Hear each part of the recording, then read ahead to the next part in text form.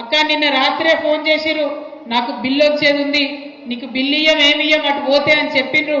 అయినా సరే ఎదిరించి ఇవాళ నేను ఈ సభకు మీ దగ్గరకు వచ్చినా అని వారి యొక్క పోరాట పటిమను చూపించినందుకు ఆ తమ్ముళ్ళకు కూడా ధన్యవాదాలు చెప్తా ఉన్నా.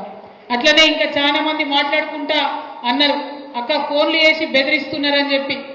అన్న జుబేర్ అన్న ధైర్యంగా ఉండు, ఎవరెవరు బెదిరిస్తున్నారో వాళ్ళ పేర్లు బరాబర్ పింక్ బుక్ లో రాస్తాం, ఇడిచిపెట్టేదైతే ఉండదు, అందులో ఏమీ ఆలోచించదు.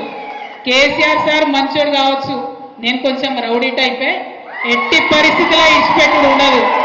ఇక్కడికి బాన్స్వాడలో మిమ్మల్ని సతాయించి మిమ్మల్ని పోలీస్ స్టేషన్కి ఈడ్చినటువంటి ఏ ఒక్కరిని కూడా నేను మాత్రం క్షమించే అవకాశమే ఉండదు.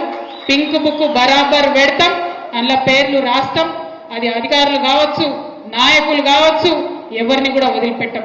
ఎందుకంటే మనం అధికారంలో ఉన్నప్పుడు అరాచకం చేయలేదు, ప్రజలకు మంచి చేసినాం, అభివృద్ధి చేసినాం.